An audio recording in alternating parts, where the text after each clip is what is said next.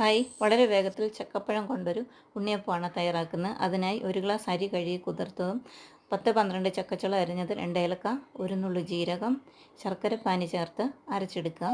അതിൽ ഒരു നുള്ളു എള്ള്, ജീരകം, 2 സ്പൂൺ നെയ്യിൽ തേങ്ങാക്കൊത്ത് വറുത്ത് ചേർക്കുക.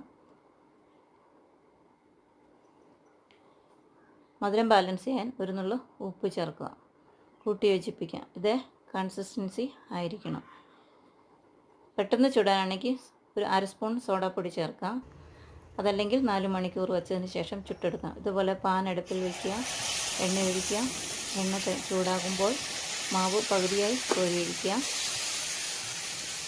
തിരിച്ചും മറിച്ചിട്ട് വേവിച്ചെടുക്കാം.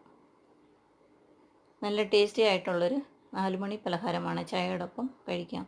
ഉണ്ടാക്കി നോക്കി അഭിപ്രായം അറിയിക്കണം. ഇഷ്ടമായി ലൈക്ക് ചെയ്യുക, ഷെയർ ചെയ്യുക, സബ്സ്ക്രൈബ് ചെയ്ത് സപ്പോർട്ട് ചെയ്യുക. Thank you for watching.